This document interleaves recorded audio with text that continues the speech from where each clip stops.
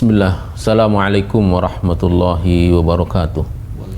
Innal hamdalillah nahmaduhu wa nasta'inuhu wa nastaghfiruh wa natubu ilaihi wa na'udzu billahi min syururi anfusina wa sayyiati a'malina may yahdihillahu fala mudhillalah wa may yudlil fala hadiyalah. Asyhadu an la ilaha illallah wahdahu la syarikalah wa asyhadu anna Muhammadan abduhu wa rasuluh. Allahumma salli ala nabiyyina Muhammadin wa ala alihi wa ashabihi ajma'in wa man tabi'ahu bi ihsanin ila yaumiddin. Para pemirsa MGI TV dimanapun Anda berada, dan juga para pendengar radio Riyadhul Jannah dimanapun Anda berada, alhamdulillah pada kesempatan sore hari ini kita senantiasa mendapatkan curahan nikmat dari Allah Subhanahu wa taala, terutama nikmat iman, nikmat Islam. Dan pada kesempatan ini kita akan sama-sama mengkaji lanjutan dari hak-hak suami. Tentunya kalau berbicara tentang hak, di situ ada kewajiban. Artinya hak suami yang hendaknya yang diterima oleh suami, dan kewajiban tentunya bagi istri. Pada kesempatan ini kita akan membahas dari rangkaian hadis yang nomor ke-283 dari kitab Riyadhus Shalihin. Kita akan bacakan hadisnya dan juga nanti akan kita bahas dengan mengambil syarah atau penjelasan dari Syekh Utsaimin rahimahullah. Hadis dari Ibnu Umar radhiyallahu anhuma, anin Nabi sallallahu alaihi wasallam, dari Nabi sallallahu alaihi wasallam, qala, Nabi sallallahu alaihi wasallam bersabda, kullukum ra'in wa kullukum mas'ulun an ra'iyatihi wal amiru ra'in war rajulu ra'in ala ahli baitihi wal mar'atu ra'iyatun ala baiti zawjiha wa waladihi wa kullukum ra'in wa kullukum mas'ulun an ra'iyatihi. Hadis muttafaqun alaih.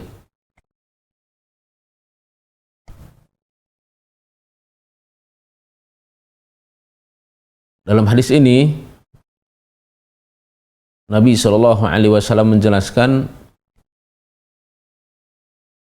bagaimana yang disampaikan oleh Syekh Utsaimin rahimahullah. Kata beliau rahimahullah, al-khitabu lil ummati jami'an, kullukum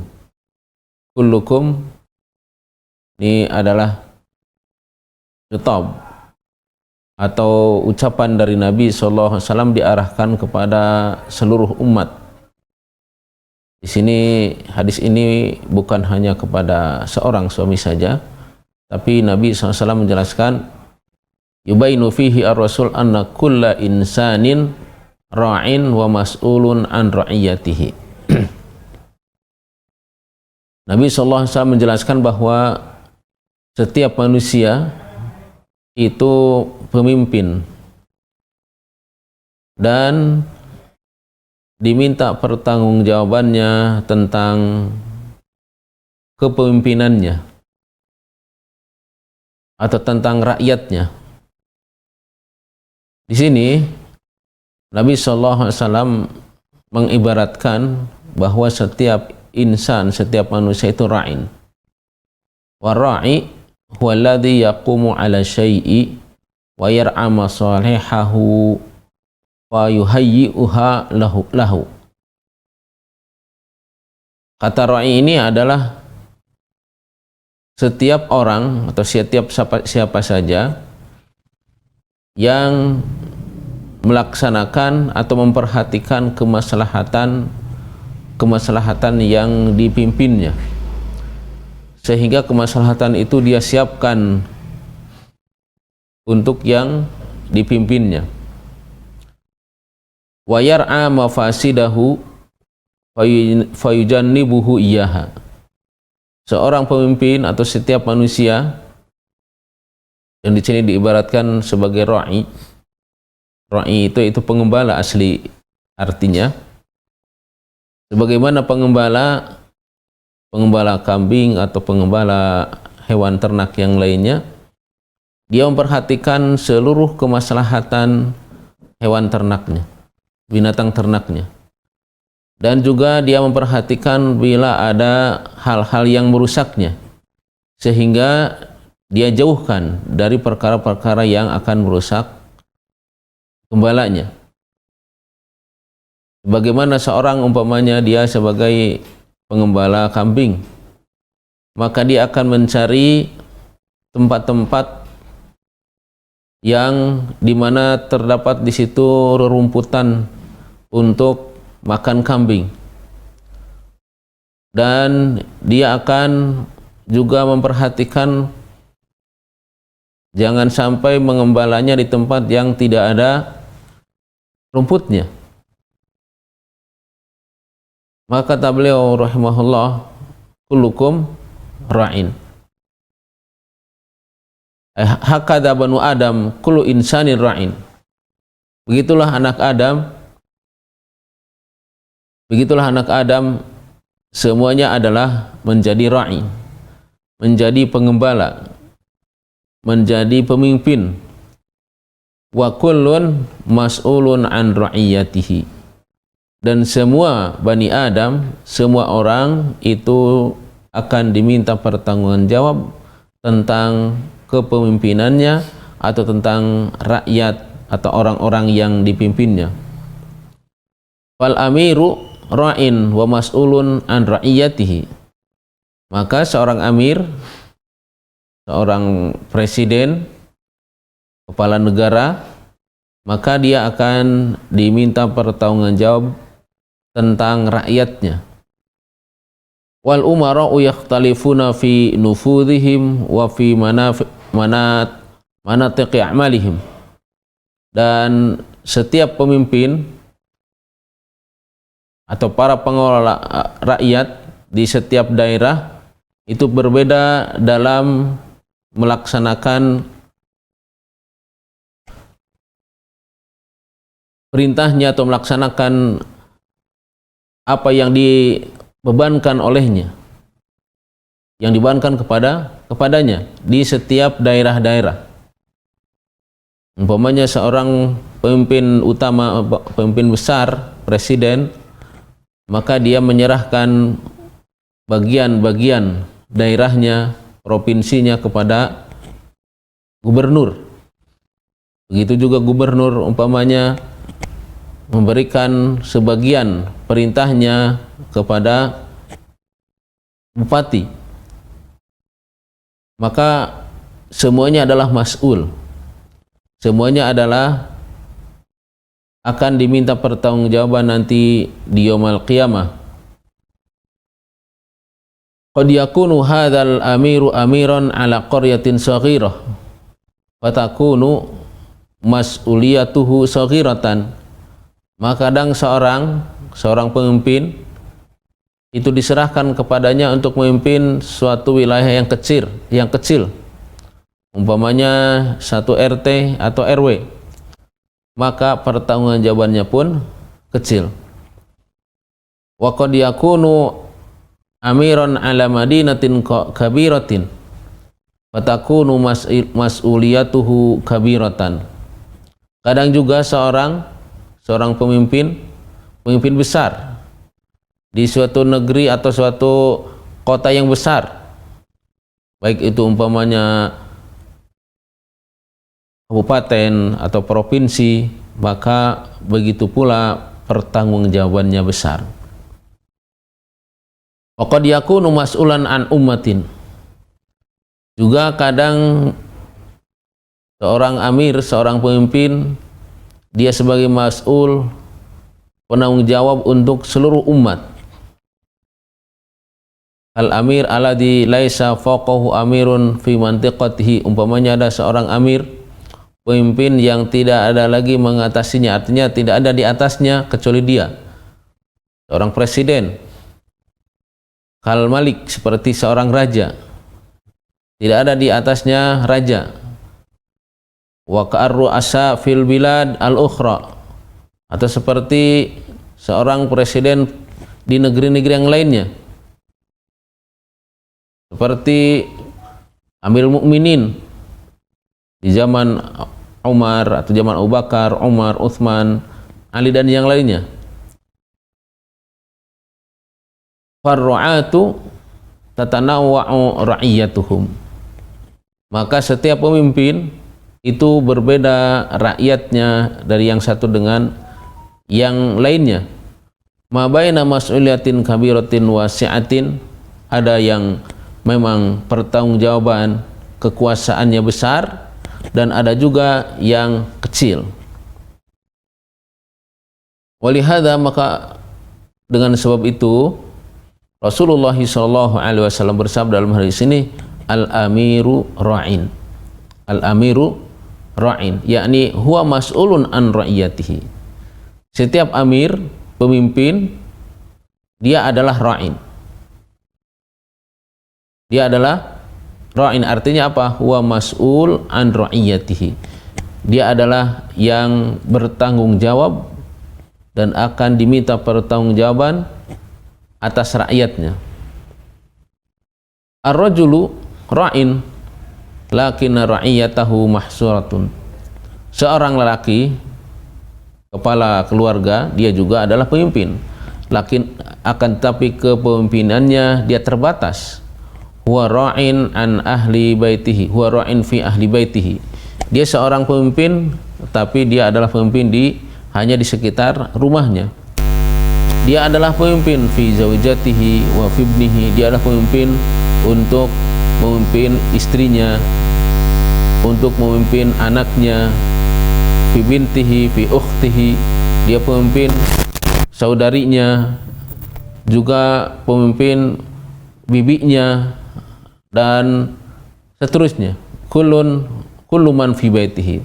Dan semua yang ada di rumahnya itu adalah rakyatnya. Wa huwa ra'in fi ahli baitihi wa mas'ulun an ra'iyatihi. Maka setiap orang, seorang laki-laki, dia adalah pemimpin untuk ahli baitnya dan dia akan diminta pertanggungjawaban oleh Allah Subhanahu wa taala tentang orang-orang yang berada dalam kekuasaannya. Yajibu alaihi ayyar'ahum ahsana ri'ayatin li'annahu mas'ulun anhum. Maka bagi setiap orang, seorang laki-laki, hendaklah mereka memperhatikan, setiap orang memperhatikan terhadap siapa-siapa saja yang dipimpin olehnya. Li'annahu mas'ulun anhum, karena dia itu adalah sebagai pemimpin bagi mereka. Kadzalika al-mar'ah. Begitu juga seorang perempuan, ra'iyatun fi baiti zaujiha. Begitu juga seorang istri, dia adalah penanggung jawab fi baiti zaujiha, di rumah istrinya, rumah suaminya. Wa mas'ulatun an ra'iyatiha, dan dia bertanggung jawab tentang apa yang dia bebankan kepadanya. Wa yajibu 'alaiha an tansaha fil bait. Maka hendaklah dia memperhatikan tentang keadaan rumahnya. Jadi antara bentuk pertanggungjawaban dia dan tanggung jawab dia adalah di rumahnya, memperhatikan tentang rumahnya, fit tabakh, dalam memasak, juga dalam mempersiapkan kebutuhan-kebutuhan. Keluarga membutuhkan air minum, membutuhkan teh, membutuhkan tempat tidur dan yang lainnya. Jadi seorang istri itu bertanggung jawab untuk mengelola apa yang ada di rumah. Pengelolaan ini hendaknya ia memperhatikan tentang kebutuhan-kebutuhan setiap keluarga. La tatbakh aktsara minal lazim. Yang di antara tanggung jawab seorang istri adalah tatkala memasak, maka tidak boleh memasak dari yang seharusnya. Artinya kalau anggota keluarga di rumah hanya 3 orang atau 4 orang, maka tidak boleh memasak untuk 10 orang. Kenapa? Karena nanti akan tabdzir, akan mubadir. Mungkin akan busuk dan yang lainnya. Wala tujahiz asy-syai' aktsara mimma yahtaju ilaihi. Umpamanya dia menyiapkan air teh, padahal di rumah hanya 4 orang atau 3 orang atau 5 orang, kemudian dia membuat untuk lebih dari itu. Yajibu 'alaiha an takuna imra'atan muqtasidatan. Di antara pertanggungjawaban dia atau jenis tanggung jawab dia adalah menyiapkan dengan sederhana, artinya sesuai dengan kebutuhannya. Fa innal iqtisada nisful ma'isyah, karena yang namanya ekonomis, hidup yang ekonomis itu adalah bagian dari kehidupan, sehingga ghairu mufarritah fi ma yanbaghi, tidak berlebihan dari yang dibutuhkan. Seorang istri mas'ulatun aidan an auladiha. Ini diantaranya yang harus kita perhatikan, bahwa seorang istri dia sebagai penanggung jawab untuk kehidupan, keberhasilan anaknya, fi islahihim wa islahi ahwalihim wa syu'unihim, untuk memperbaiki keadaan mereka, mendidiknya dan perkembangan anak-anaknya. Kailbasim athyab, umpamanya mengajarkan kepada mereka untuk memakai pakaian ketika mereka masih kecil. Wal khal'i thyab ghairi nadhifah, di antaranya contohnya untuk melepas pakaian yang kotor. Ini adalah harus dibimbing oleh seorang istri, dan itu adalah bagian dari tanggung jawab seorang istri. Wa taghiri firashihim alladhi yanamuna alaihi, juga diantaranya adalah membereskan, merapihkan tempat tidurnya di mana anak-anak tidur di atasnya. Dan semua hal ini adalah kewajiban yang harus dilakukan oleh seorang istri, dan itu hak suami. Ketika panas, ketika dingin, maka istrilah yang memperhatikan keadaannya. Dan ini para pendengar yang dimuliakan Allah Subhanahu wa taala, apabila seorang istri melaksanakan tugasnya, kewajibannya, itu secara otomatis memberikan hak kepada suami. Dan ini akan hilang tatkala istri sama-sama sibuk. Dan banyak sekali anak-anak yang terlantar karena diakibatkan istrinya sibuk, kemudian suami juga sibuk, sehingga anak-anaknya tidak terurus, ya.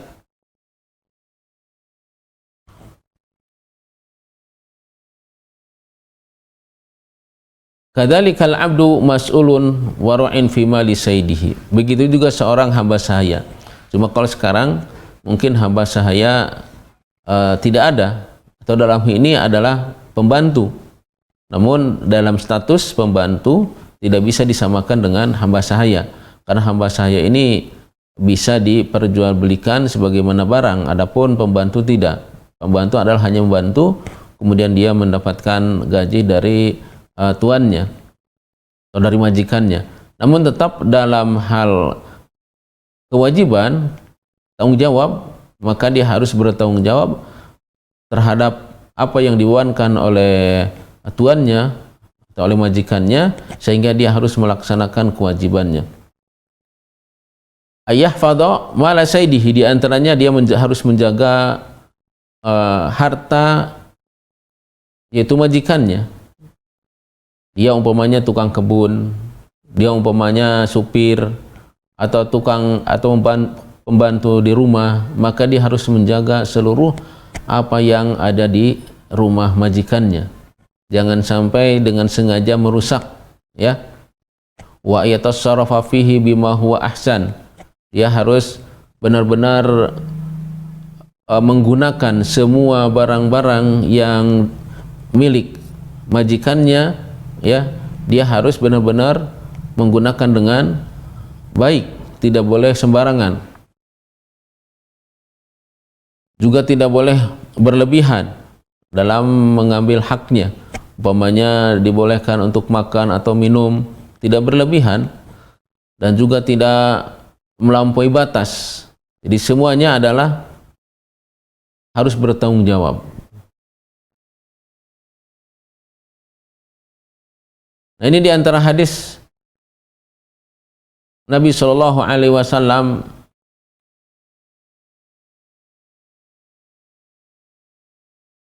yang kaitannya dengan hak-hak suami.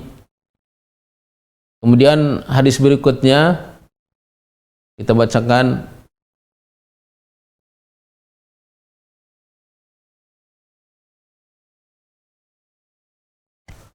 Dari Abi Ali Talq bin Ali radhiyallahu anhu anna Rasulullah sallallahu alaihi wasallam qala idza da'a ar-rajulu zawjatahu li hajatihi falta'tihi wa in kanat 'ala tanur rawahu Tirmidzi wa Nasa'i.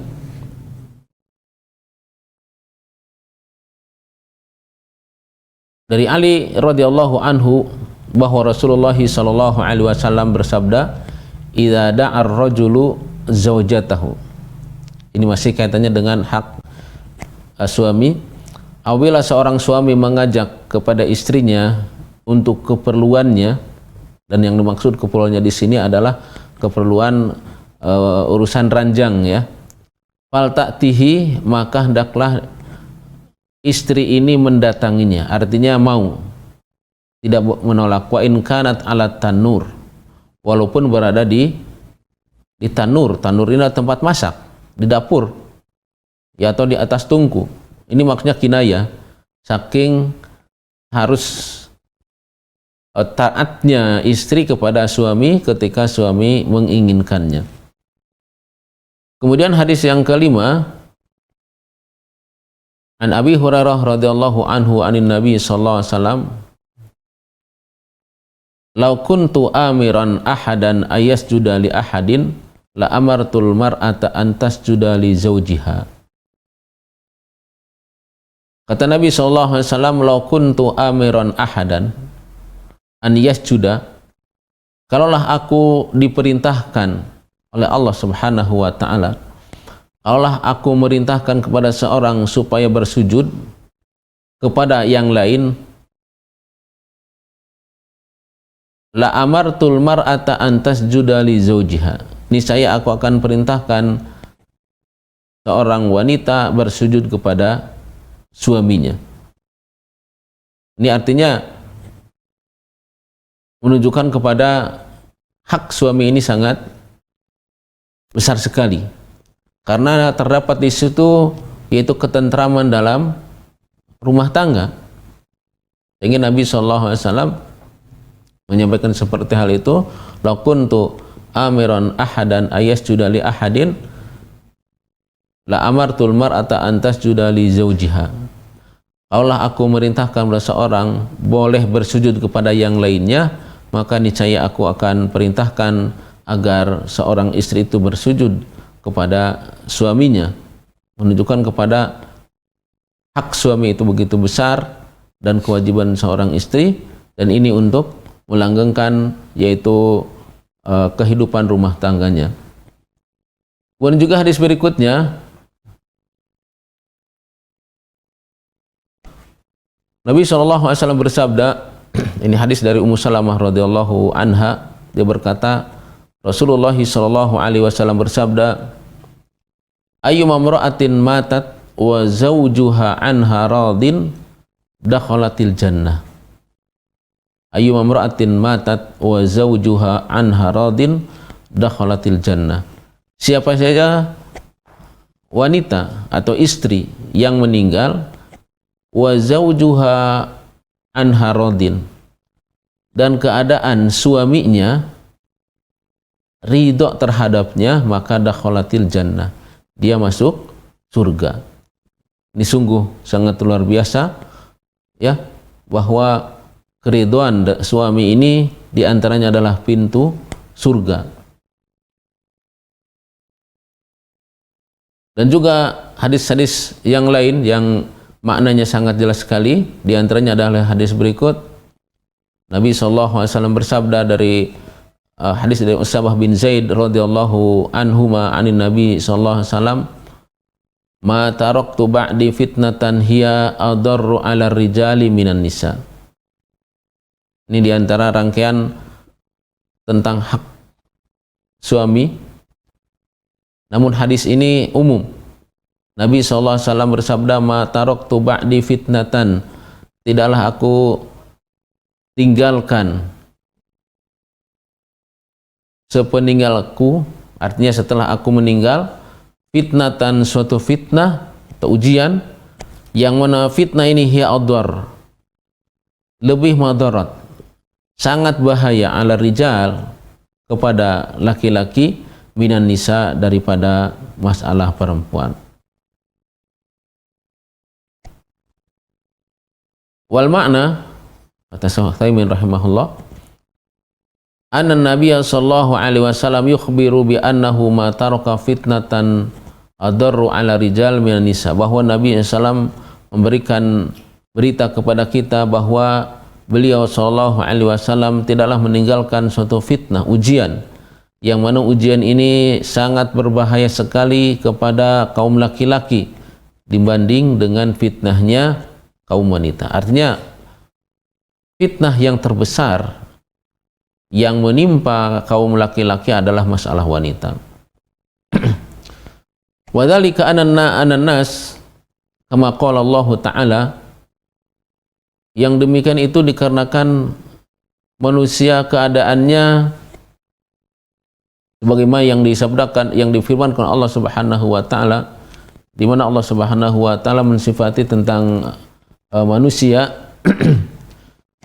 zuyyina lin-nasi hubbus syahawati minan nisa'i wal banina wal qanatiril muqantarah minadh-dhahabi wal fiddati wal khairil musawwamah wal an'ami wal harth.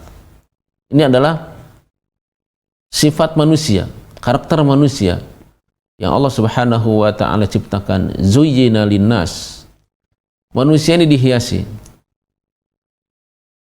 hubbus syahwat, senang kepada syahwat, syahwat keinginan, minan nisa, kepada kaum wanita, syahwat wal banin, senang terhadap anak-anak, wal qanatil muqantarah, dan harta yang banyak, baik minadh dhahabi wal fiddah, harta dari emas ataupun dari perak, wal khail, dan juga khail musawwamah, itu kuda, wal an'am wal harth, dan juga binatang ternak, dan juga yaitu perkebunan atau pertanian. Kullu hadhihi mimma zuyyina lin-nasi fi dunyahum. Ini semuanya adalah perkara yang dimana manusia terhiasi dengan hal tersebut. Manusia ini, semua manusia senang kepada istri, senang apabila anaknya banyak, senang terhadap harta yang melimpah, baik itu emas ataupun perak, atau kendaraan, kuda, atau ternak, atau pertanian. Wasara sababan li fitnatihim fiha. Dan semua itu menjadikan ujian bagi mereka di dunia ini. Lakin asyadduha fitnatan an-nisa, akan tapi dari semua ini yang paling berbahaya kepada laki-laki itu adalah masalah wanita. Jadi semuanya ini fitnah. Anak akan menjadi fitnah, ujian, harta akan menjadi ujian, baik itu emas ataupun perak, juga kendaraan dan ternak dan pertanian, semuanya akan menjadi fitnah atau menjadi ajang ujian. Akan tetapi ujian yang terbesar, fitnah yang terbesar bagi laki-laki adalah masalah wanita.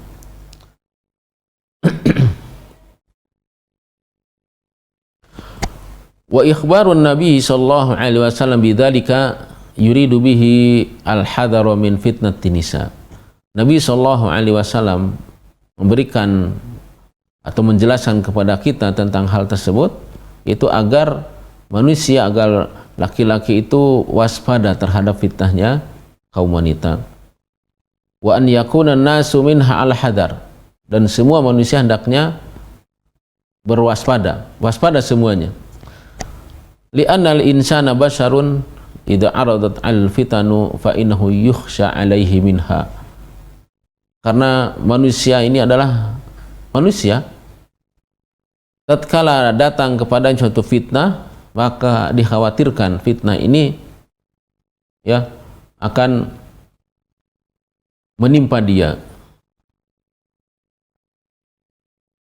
Wa istafadu minhu sadda kulla tariqin yujibul fitnah bil mar'ah. Dari hadis ini bisa difahami bahwa hendaknya kita mencegah setiap jalan yang menuju kepada fitnah, terfitnahnya dengan wanita. Artinya dari hadis ini bisa diambil kesimpulan bahwa kita ini seyogyanya mencari jalan supaya tidak terfitnah oleh wanita. Faqulu tariqin yujibul fitnah bil mar'ati fa inna al-wajiba al-muslimin saddahu. Maka setiap jalan-jalan yang menuju kepada terfitnahnya dengan wanita, maka hendaknya bagi setiap kaum muslimin membendungnya. Jadi setiap perkara yang akan menjerumus kepada terfitnahnya oleh wanita, maka hendaknya membendungnya. Walidzalika wajaba al-mar'ati an tahtajiba 'an rijal al-janib. Di antara cara agar fitnah ini terbendung, yaitu diwajibkannya kepada setiap wanita yang baligh itu untuk berhijab, untuk menutup yang wajib ditutup, menutup auratnya di hadapan laki-laki yang bukan mahram. Wa tughatti wajha wa kadzalika tughatti yadayha wa rijlaiha 'inda katsiri min ahli ilmi.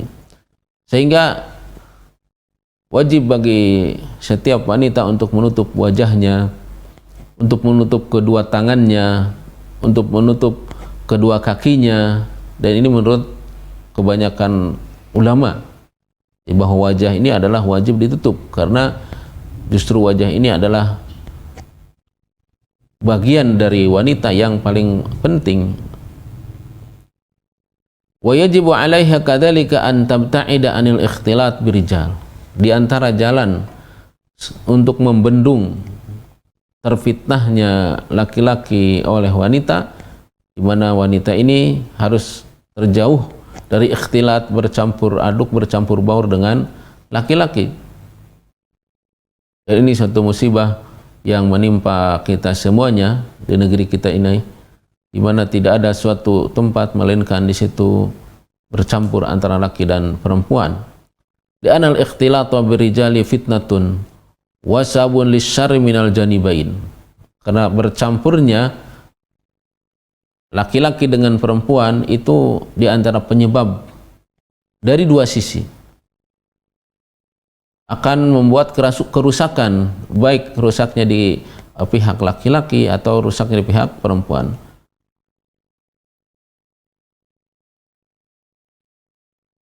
Walihadza qala Nabi sallallahu alaihi wasallam, khairu sufufir rijal awwaluha wa syarruha akhiruha wa khairu sufufin nisa'i akhiruha wa syarruha awwaluha. Maka dengan hal tersebut di dalam bab, yaitu di mana cara Islam mencegah kerusakan, cara Islam supaya laki-laki ini tidak banyak terfitnah, membendung, akan terbendung dari madaratnya, bahayanya perempuan atau kaum hawa, di mana dalam salat pun Nabi Shallallahu Alaihi Wasallam berikan pengarahan kepada kita, sehingga beliau mengatakan khairu sufufi rijal awwaluha, sebaik-baik barisan laki-laki dalam salat itu adalah barisan yang pertama, wa syarruha akhiruha, dan sejelek-jelek barisan dalam salat itu adalah akhir, yang paling akhir bagi kaum laki-laki. Wa khairu sufin nisa akhiruha, dan sebaik-baik barisan kaum wanita ketika sholat berjamaah itu yang paling akhir. Wa syarruha awwaluha, dan barisan dalam sholat berjamaah bagi kaum wanita yang paling jelek adalah yang barisan yang pertama. Sehingga karena barisan akhir laki-laki dengan barisan awal perempuan itu bertemu, sehingga di situ terjadi berdekatan, dekat. Maka Nabi SAW menganjurkan dan mengatakan bahwa yang paling baik barisan itu adalah di depan bagi laki-laki, dan yang terjelek adalah di belakang. Sementara yang perempuan adalah yang terbaik adalah yang paling belakang. Yang paling jelek adalah yang di depan. Wa madzalika ila min ajli bu'dil marati 'ana rijal. Itu tiada lain kecuali supaya terjauhnya wanita atau kelompok wanita dari laki-laki.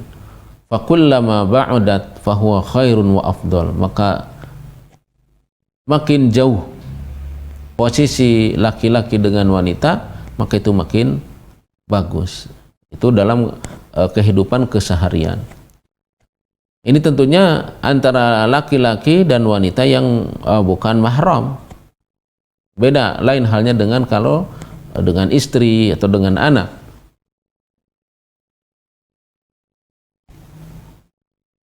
Wa qad kana an-nabiy sallallahu alaihi wasallam ya'muru an-nisaa ay yakhrujna ila salatil 'id walakinnahunna la yaqtalitna ma'ar rijal. Dan ini juga diantara cara Islam, cara Nabi SAW mengarahkan kepada kaum wanita. Nabi SAW memerintahkan kepada kaum wanita untuk ikut sholat id. Artinya pergi ke lapangan. Namun Nabi SAW memerintahkannya tidak lepas begitu saja, sehingga terjadi percampuran antara laki dan perempuan. Akan tetapi mereka berada di belakang. La yakhtalitna ma'ar rijal, sehingga mereka tidak bercampur aduk, bercampur baur dengan kaum laki-laki. Bal yakunu lahunna mawdi'un khas. Kan tapi bagi mereka kaum wanita, kaum hawa, hendaknya ada tempat yang khusus bagi mereka. Hatta inna nabiyya sallallahu alaihi wasallam kana idza khataba ar-rijala wa intaha min khutbatihim nazala fadhahaba ila nisa'i fawa'adahunna wa dzakarahunna. Sehingga Nabi SAW tatkala sudah selesai berkhutbah di hadapan kaum laki-laki, selesai dari memberikan tausiah kepada mereka, maka Nabi SAW turun dan Nabi SAW mengarahkan tausiahnya kepada kaum hawa. Dikhususkan oleh Nabi SAW. Tentunya di zaman dulu Nabi SAW tidak ada pengeras suara, sehingga sengaja setelah selesai dari khutbahnya di hadapan kaum laki-laki, Nabi SAW segera menghampiri kaum wanita dan menyampaikan tausiah khusus kepada mereka. Wa hadza yadullu ala anna nisaa kunna fi makanin munazilin anir rijal. Ini menunjukkan kepada bahwa dulu di zaman Nabi SAW berada di tempat yang tersendiri, tidak bercampur baur bersama laki-laki.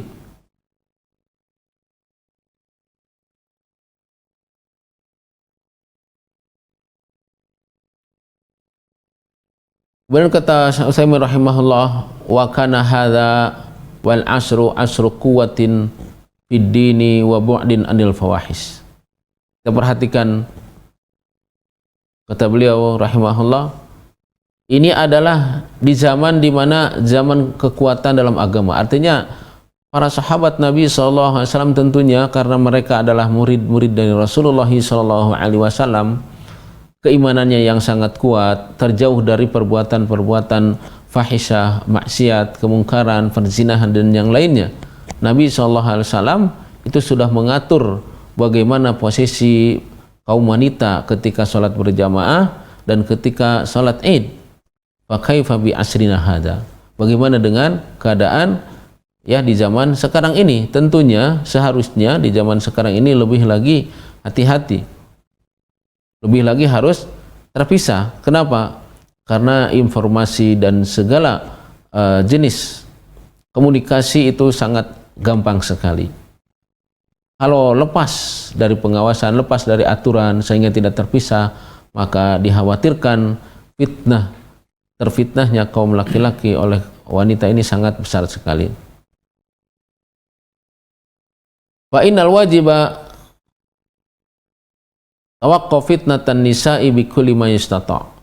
Maka kewajiban bagi kita semuanya yaitu hendaknya kita menjegal ya fitnahnya wanita dengan apa yang kita mampu, sekemampuan kita.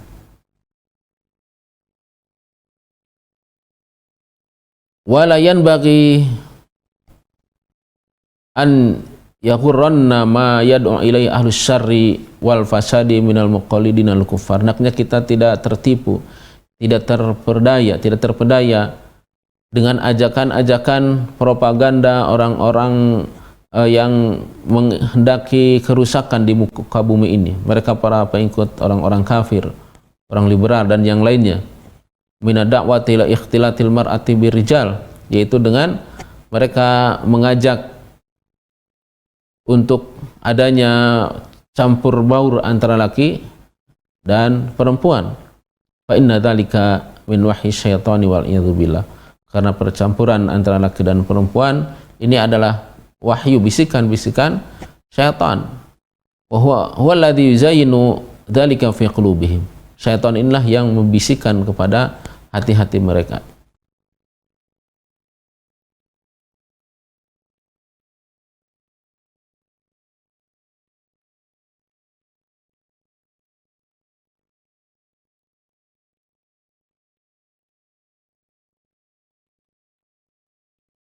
Walakin mal asaf fa inna ba'dhan nas minna wa min abna'ina wa min abna'i jildatina yad'una ila tahallul min makarimil akhlaq.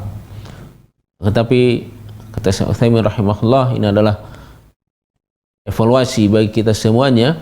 Sangat disayangkan sekali sebagian manusia, bahkan sebagian daripada kita kaum muslimin, bahkan anak-anak kita dan cucu-cucu kita, mereka malah ikut-ikutan yaitu untuk adanya persamaan antara laki-laki dengan perempuan, sehingga tidak dibedakan antara laki dan perempuan.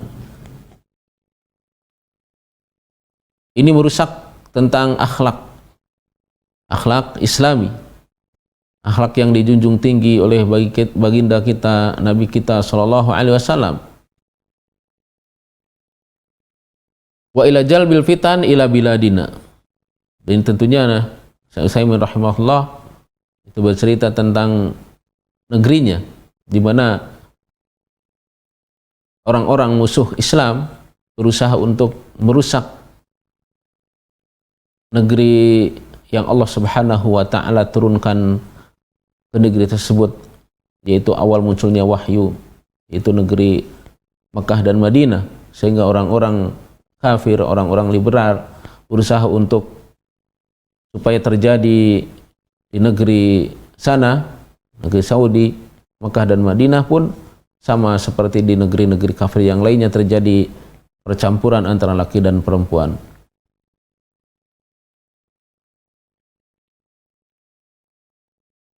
Orang pemirsa melakukan Allah Subhanahu wa taala, inilah yang bisa kita bahas pada kesempatan sore hari ini. Ini banyak sekali pelajaran yang bisa kita ambil faidahnya, yang terutama kaitannya dengan hak suami dan juga tanggung jawab suami dan juga tanggung jawab seorang istri, kewajiban seorang istri. Dan apabila semuanya